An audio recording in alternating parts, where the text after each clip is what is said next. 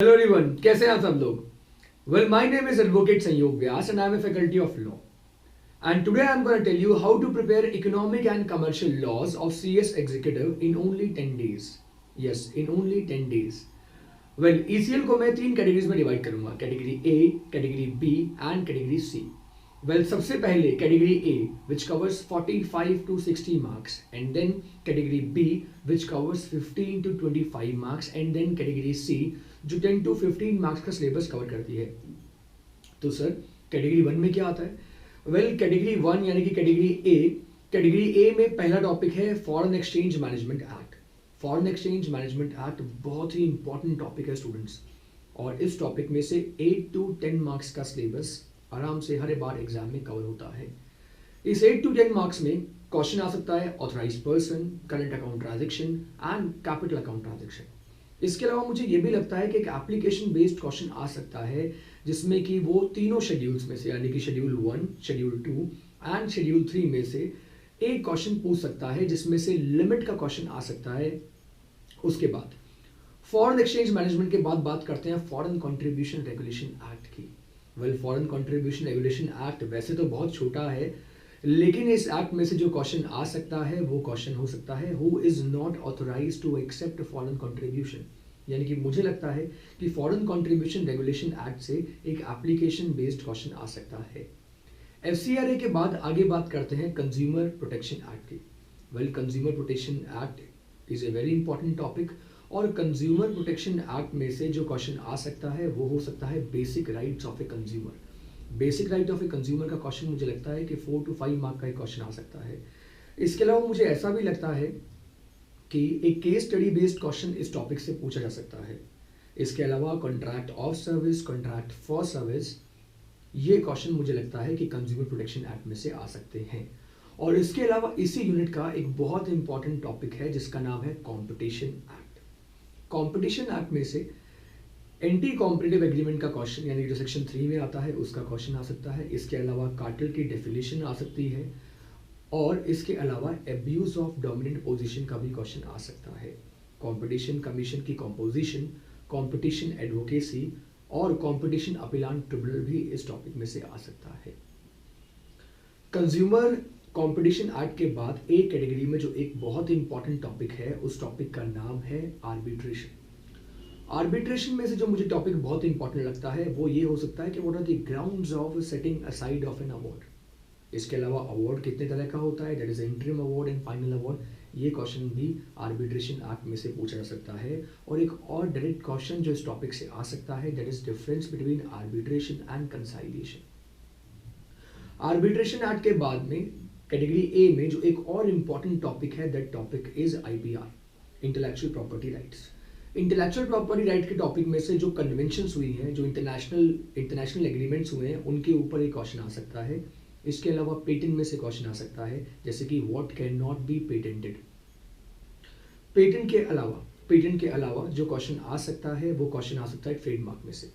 Trademark में certification trademark, collective trademark का question बहुत इंपॉर्टेंट है. इसके अलावा grounds of refusal of trademark का क्वेश्चन भी आ सकता है जिसमें कि एब्सोल्यूट ग्राउंड्स और रिलेटिव ग्राउंड्स आ सकते हैं. कॉपीराइट के क्वेश्चन में मुझे लगता है कि कॉपीराइट सोसाइटी के ऊपर एक क्वेश्चन आ सकता है, और इसके अलावा मुझे ऐसा भी लगता है कि कॉपीराइट एक्ट में से एक छोटा एप्लीकेशन बेस्ड क्वेश्चन आ सकता है. आईपीआर के बाद में अब बात करते हैं ट्रांसफर ऑफ प्रॉपर्टी एक्ट की. ट्रांसफर ऑफ प्रॉपर्टी एक्ट, पहली बात तो मैं आपको ये क्लियर कर दूं कि ट्रांसफर ऑफ प्रॉपर्टी एक्ट में से application based question as well as direct question दोनों तरह के क्वेश्चन आ सकते हैं. अगर मैं बात करूं एप्लीकेशन बेस्ड क्वेश्चन की, तो एप्लीकेशन बेस्ड क्वेश्चन के लिए आपको सेक्शन 10, सेक्शन 11 ये रेफर जरूर करने चाहिए. इसके अलावा transfer for the benefit of unborn person is a very important topic. Direct question की अगर मैं बात करूं तो डायरेक्ट क्वेश्चन में आ सकता है एक्शनेबल क्लेम. डायरेक्ट क्वेश्चन में आ सकता है difference between lease and license and mortgage. इन तीनों टॉपिक में मुझे लगता है कि क्वेश्चन आ सकता है from transfer of property act. उसके बाद अब मैं बात करूंगा इंडियन कॉन्ट्रैक्ट एक्ट की. दोस्तों, जब से एसीएल का एग्जाम हो रहा है तब से, यानी कि जब से नया सिलेबस आया है तब से इंडियन कॉन्ट्रैक्ट एक्ट पे हमेशा एक क्वेश्चन जरूर आता है. या तो एक क्वेश्चन होता है या दो क्वेश्चंस होते हैं, और इंडियन कॉन्ट्रैक्ट एक्ट में से ऑलमोस्ट 7 to 8 मार्क्स के क्वेश्चंस आते ही आते हैं on an average. Indian contract act में मुझे ऐसा लगता है कि जो फर्स्ट 75 सेक्शंस हैं, यानी कि इंडेमनिटी से पहले वाला पार्ट आने की पूरी पॉसिबिलिटी है in Indian contract act. Indian contract act के बाद में फर्स्ट कैटेगरी में सर और कौन सा टॉपिक आता है? वेल, फर्स्ट कैटेगरी में इसके अलावा जो टॉपिक आता है that is environment protection act. Well दोस्तों, एनवायरमेंट प्रोटेक्शन एक्ट में देयर आर 5 टॉपिक्स, और उन 5 टॉपिक्स में से जो 2 टॉपिक जो एकदम डिफरेंट है, छोटे टॉपिक हैं, उन टॉपिक्स का नाम है national green tribunal and public liability insurance act. मुझे लगता है कि नेशनल ग्रीन ट्रिब्यूनल की कॉम्पोजिशन आपसे पूछी जा सकती है, या फिर उसका ऑब्जेक्टिव क्या है ये भी एग्जाम में आ सकता है। इसके अलावा पब्लिक लायबिलिटी इंश्योरेंस एक्ट में जो रिलीफ मिलते हैं, और दूसरा इसका objective, and third one is जो इंश्योरेंस की लिमिट है, उसमें से क्वेश्चन आ सकता है from the topic of public liability insurance act. अगर मैं बात करूं इन्वायरमेंट प्रोटेक्शन एक्ट 1986 की, तो उसमें से मुझे लगता है कि सस्टेनेबल डेवलपमेंट का क्वेश्चन बहुत इंपॉर्टेंट है। सस्टेनेबल डेवलपमेंट के अलावा कार्बन क्रेडिट का क्वेश्चन भी उस टॉपिक में से आ सकता है। वेल, मेरी तरफ से मुझे ऐसा लगता है कि इन्वायरमेंट प्रोटेक्शन एक्ट की पूरी यूनिट में से मैक्सिमम 2 क्वेश्चन आ सकते हैं, यानी कि मिनिमम 2 क्वेश्चन और मैक्सिमम भी मुझे 2 क्वेश्चन लगते हैं इस टॉपिक में से। इन्वायरमेंट प्रोटेक्शन एक्ट के बाद कैटेगरी ए में मैं एक टॉपिक आपके साथ और शेयर करना चाह रहा हूं, और उस टॉपिक का नाम है prevention of money laundering act. Well दोस्तों, prevention of money laundering act का जो टॉपिक है, उस टॉपिक में से मुझे लगता है कि केवाईसी इज वेरी इंपॉर्टेंट, और केवाईसी के साथ साथ प्रोसेस ऑफ मनी लॉन्ड्रिंग भी एक बहुत इंपॉर्टेंट टॉपिक है। वेल, ये थी कैटेगरी ए, और अब बात करते हैं कैटेगरी बी की। अगर हम बात करें कैटेगरी बी की, तो कैटेगरी बी में पहला टॉपिक जो मुझे लगता है कि इंपॉर्टेंट है, that topic is industrial development and regulation act, जो कि कमर्शियल लॉ का पार्ट है।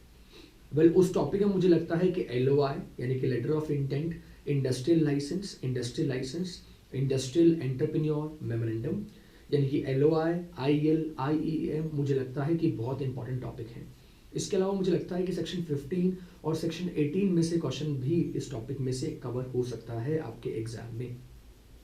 Well, industrial development and regulation act के बाद आगे बात करते हैं, एक नेक्स्ट टॉपिक लेते हैं, और कैटेगरी बी में जो नेक्स्ट टॉपिक मुझे इंपॉर्टेंट लगता है, that topic is called essential commodity act.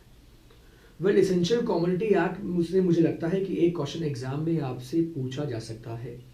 वो क्वेश्चन हो सकता है सीजर से, हो सकता है कॉन्फेसिकेशन से, हो सकता है वो मेंस रिया से, हो सकता है। ये मुझे लगता है कि एसेंशियल कमोडिटी एक्ट से क्वेश्चन पूछा जा सकता है।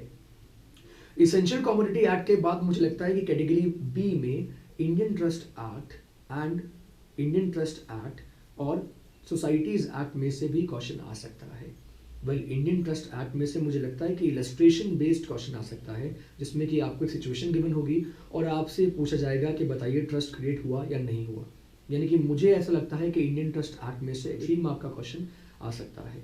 इंडियन ट्रस्ट एक्ट के बाद में अगर मैं बात करूं, तो मुझे लगता है कि सोसाइटी एक्ट में से भी एक क्वेश्चन एक्सपेक्टेड है। सोसाइटी एक्ट के बाद में मुझे लगता है कि जो टॉपिक इंपॉर्टेंट है, that topic is called Indian stamp act. Well, Indian stamp act से याद रखिएगा कि एक एप्लीकेशन बेस्ड क्वेश्चन आने की पॉसिबिलिटी रहती है। Well sir, application based question क्या हो सकता है? वेल, एप्लीकेशन बेस्ड क्वेश्चन इस बात के ऊपर हो सकता है कि स्टैम्प ड्यूटी कैलकुलेट किस तरीके से की जाए। इसके अलावा क्वेश्चन ये भी हो सकता है कि स्टैम्प को किस तरीके से कैंसिल किया जाए, यानी कि कैंसिलेशन ऑफ स्टैंपिंग के ऊपर भी क्वेश्चन आ सकता है। इसके अलावा कैटेगरी बी में रजिस्ट्रेशन एक्ट के ऊपर भी क्वेश्चन आ सकता है, और मुझे लगता है कि वो क्वेश्चन एप्लीकेशन बेस्ड होना चाहिए, यानी कि एप्लीकेशन बेस्ड क्वेश्चन आने की पूरी पॉसिबिलिटी रहती है फ्रॉम रजिस्ट्रेशन एक्ट। वेल दोस्तों, अब बात करते हैं कैटेगरी सी की। वेल, कैटेगरी सी जो 10 to 15 मार्क्स का सिलेबस कवर करता है, तो अगर हम बात करें कैटेगरी सी की, तो कैटेगरी सी में जो टॉपिक मुझे लगता है कि लीस्ट इंपॉर्टेंट टॉपिक्स उसमें आते हैं, और उसमें मुझे जो टॉपिक लगते हैं वो टॉपिक हैं geographical indication act, designs act, legal metrology act, MSME act, foreign trade policy and special economic zone. Well, ये कुछ टॉपिक्स हैं जो मुझे लगता है कि कैटेगरी सी में आते हैं, और मुझे लगता है कि इनमें से क्वेश्चन आने की पॉसिबिलिटी बहुत कम है। सो फ्रेंड्स, आई होप ये प्रेजेंटेशन आपको हेल्प करेगी ECL के पेपर को प्रिपेयर करने में in only 10 days। Thank you so much.